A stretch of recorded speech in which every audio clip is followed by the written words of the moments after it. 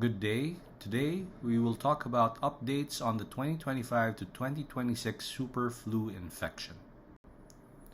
These will be the learning objectives. We will tackle the epidemiology and virologic characteristics of influenza A, H3N2 subclad K, or superflu, clinical manifestations and respiratory complications, influenza vaccination effectiveness and antiviral treatment strategies, and apply evidence-based risk communication strategies.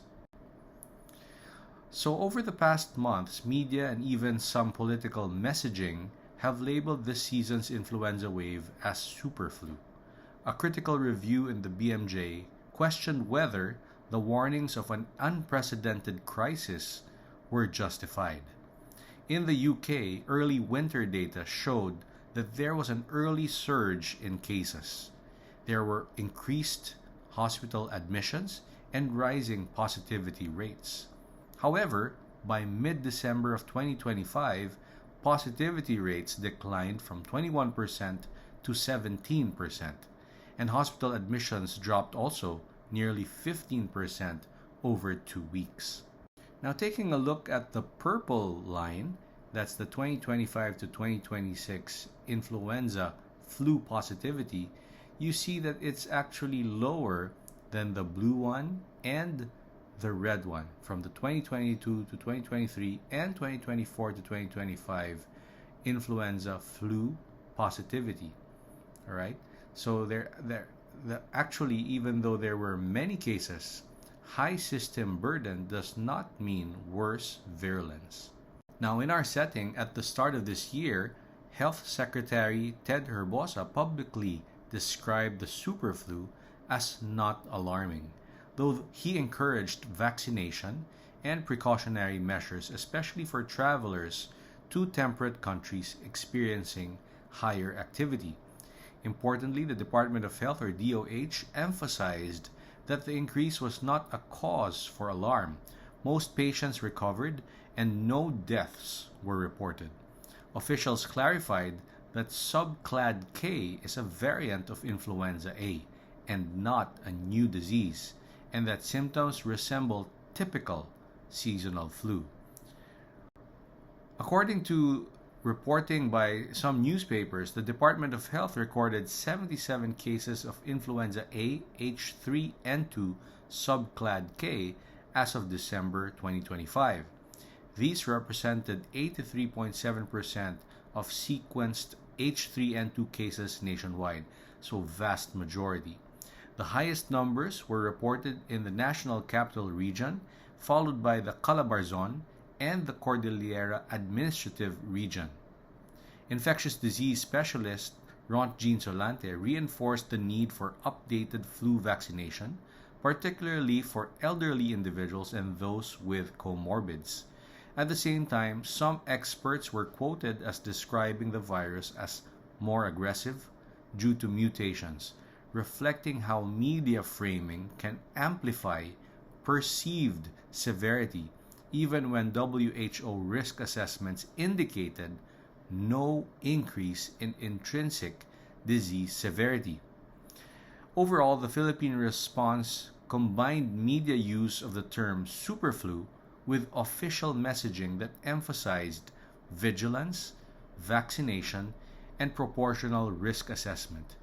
The key takeaways are there was an early surge, there was high intensity, but there was no uncontrolled collapse. As clinicians, we must distinguish between epidemiologic intensity from intrinsic virulence. Those are not the same. Now we look at the virology of influenza virus.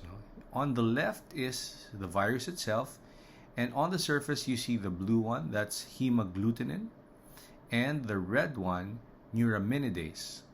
So this is influenza virus showing HA and NA scattered on the outer surface of the virus.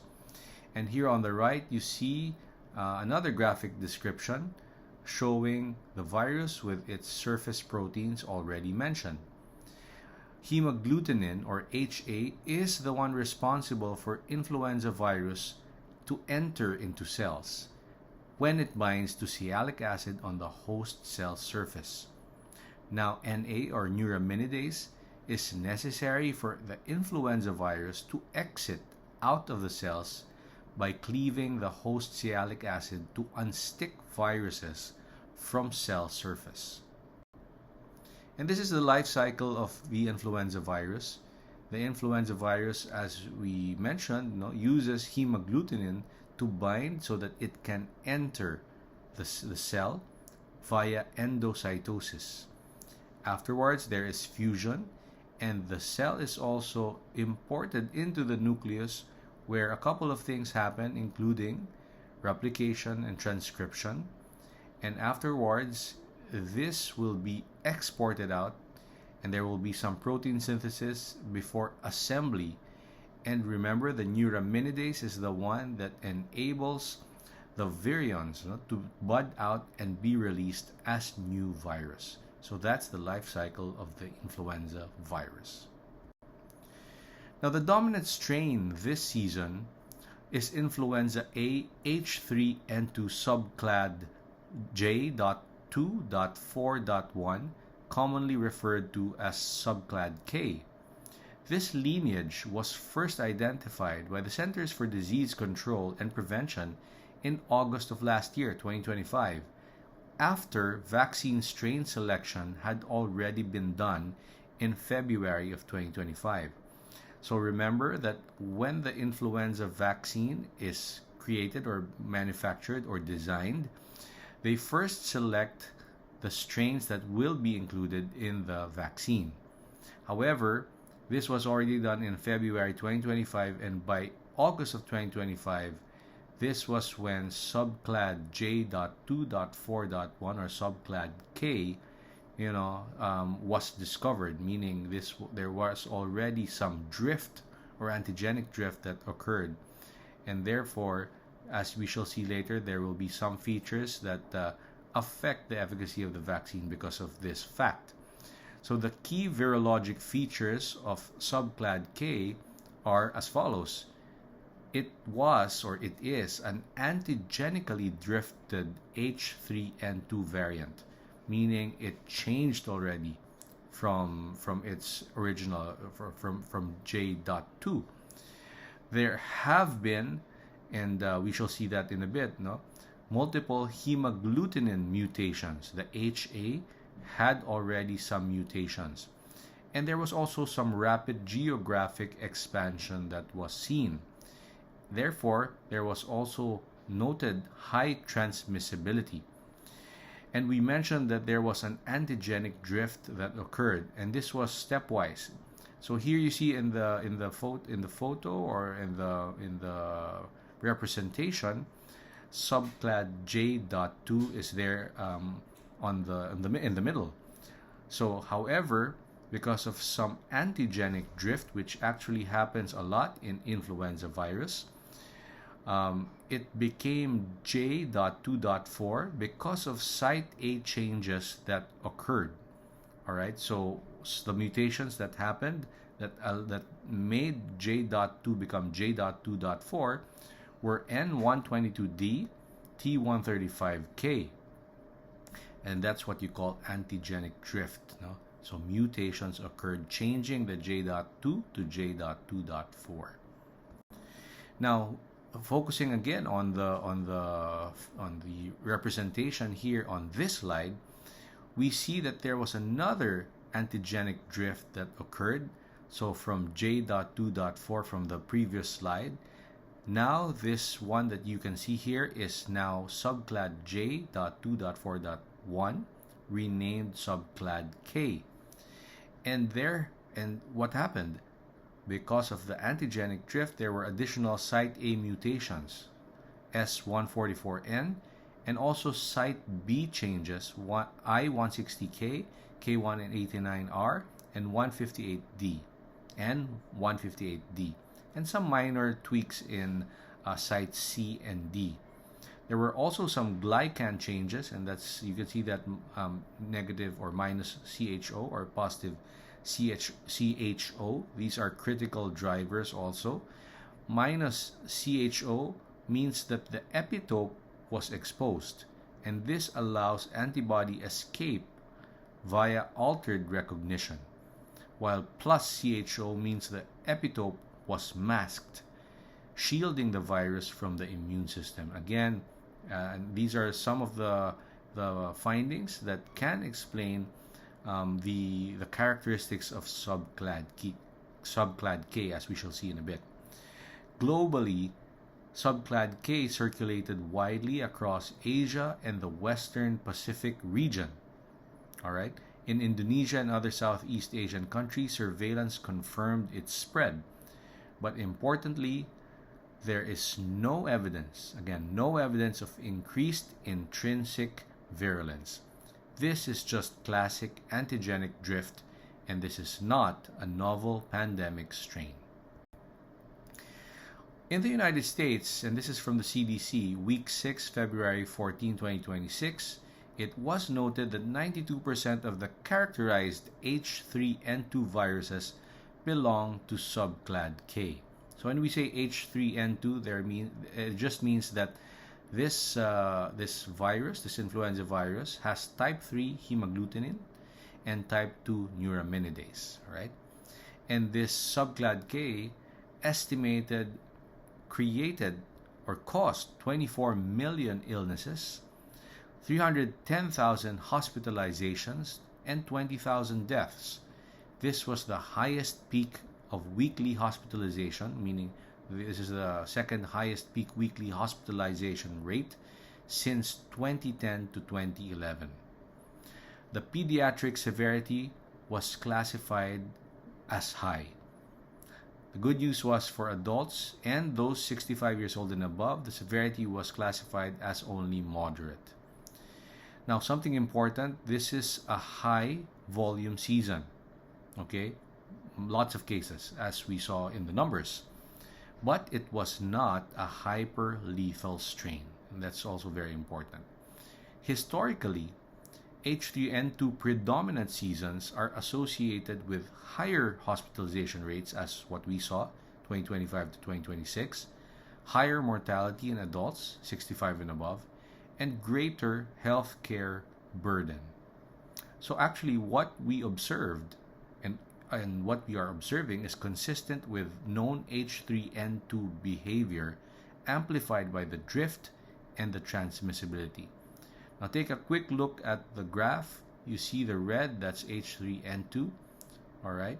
And the majority was really H3N2 for 2025 to 2026.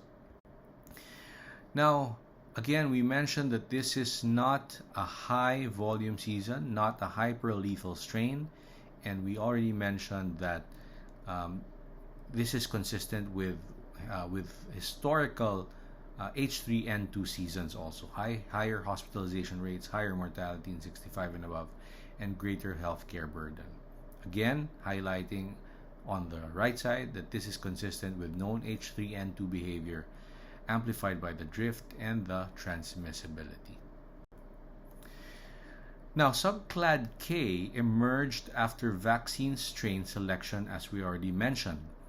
After the scientists picked the strains to be included in the influenza vaccine, the drift occurred and causing mutations that eventually developed into subclad K.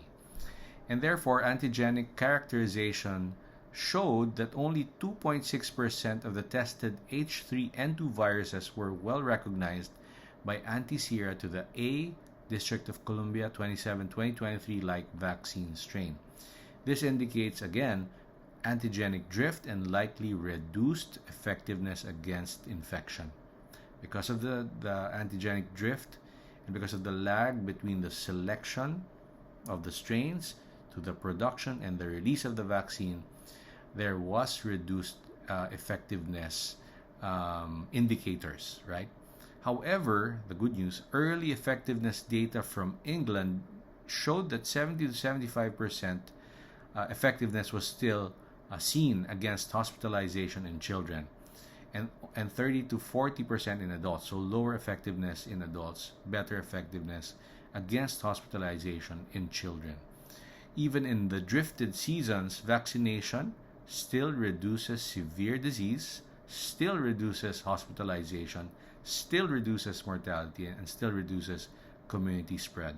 So vaccination still works despite the antigenic drift. Critically, 90% of the pediatric deaths this season occurred in children that weren't fully vaccinated. Therefore, this wasn't vaccine failure.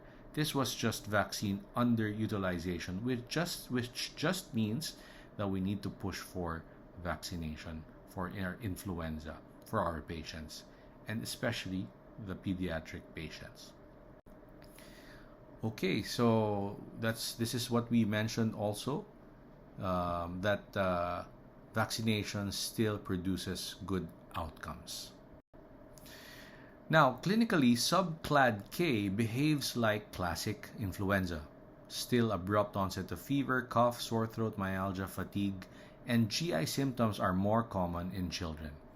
Now, the distinguishing feature compared to COVID-19 or RSV is that influenza has sudden onset and prominent fever early.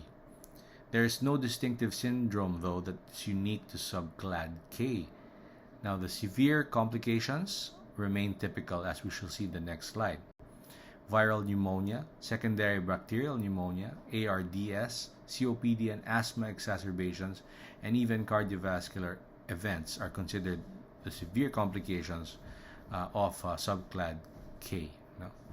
Now, for pulmonologists, the burden this season is largely pediatric admissions, asthma exacerbations, COPD decompensations, and hypoxic respiratory failure in elderly H3N2 patients. Now, interestingly, this season is pediatric heavy. Children 0 to 4 years old have the highest incidence. Why? There is less immunologic memory in this population, less prior exposure to H3N2 drift variants, and also lower vaccination coverage in some regions. Adults, in comparison or in contrast, retain partial cross-protective immunity from decades of H3N2 exposure. This is immunology and not enhanced virulence again. Now, treatment principles remain unchanged. First-line antiviral is still oseltamivir here in the Philippines. We don't have zanamivir, peramivir, and baloxavir. And how about resistance? There have been rare neuraminidase resistance mutations reported, and high adamantane resistance persists, but it's not recommended. And therefore, oseltamivir is still our go-to antiviral. Now, the key clinical message: do not delay treatment in high-risk patients while awaiting testing. CDC guidance is clear. If a patient is high risk and there's clinical suspicion of influenza, treat immediately. The 48-hour window is ideal, but when a patient is hospitalized, you may still treat even if it's past the 48-hour window. There is still benefit. Okay, this is what I already mentioned. So we go to the next slide. So despite alarming headlines, 0.9% of weekly deaths were attributed to influenza, so that's low. The season was classified as moderate overall, even though pediatric severity was labeled high. And it is again highlighted that there's no evidence of increased intrinsic pathogenicity. This is not 1918, this is not a novel pandemic strain, this is not the fundamentally new influenza phenotype. It's a drifted H3N2, highly transmissible, yes, early and intense, especially early on, and it strained pediatric capacity, but the term superflu is scientifically imprecise and potentially counterproductive. The literature warns that sensational labels inflate perceived threat, increase public anxiety, and undermine vaccine confidence, confusing risk communication. And therefore, as clinicians, we must use precise terminology. We should emphasize evidence-based risk. We should reinforce vaccination, promote early antiviral therapy, strengthen surveillance participation. influenza evolution is already expected. We know this. Antigenic drift is normal and it happens. And healthcare strain does not equal viral transformation. So, evidence-based conclusions, subclad K is an antigenically drifted H3N2 lineage. There was increased transmissibility, but there was no evidence of increased intrinsic severity. Pediatric burden was unusually high. Vaccination retains its protective value despite the drift. Antiviral, and in our setting, oseltamivir remains effective. Lastly, the term superflu is not virologically grounded and may impair risk communication. We should be precise. So we'll end with a haiku, and I entitled it, Superflu nga ba? Superflu nga ba? Hindi naman malakas. Karaniwan lang. So thank you so much for watching again. And I just wanted to show my mini microbe or microbiang maliit books. These books are about the COVID-19 pandemic, and it's a poetic narration of the Philippine COVID-19 pandemic experience. And it's available in National Bookstore or fully booked, and even in Solidaridad Bookshop in Manila. Now, for those interested, I also have a channel called Letters of Paul to the Philippines. Its handle is at Letters of Paul PH. And for those interested, I release Bible Sunday Mass reading reflections, such as this one, From Death to Life, Lazarus, Lent, and Frankenstein, in the Sunday that just passed, the 5th Sunday of Lent, and also sometimes some non-Sunday videos, such as the Middle East crisis, but a biblical response to it. So God bless everyone. Thank you so much for listening.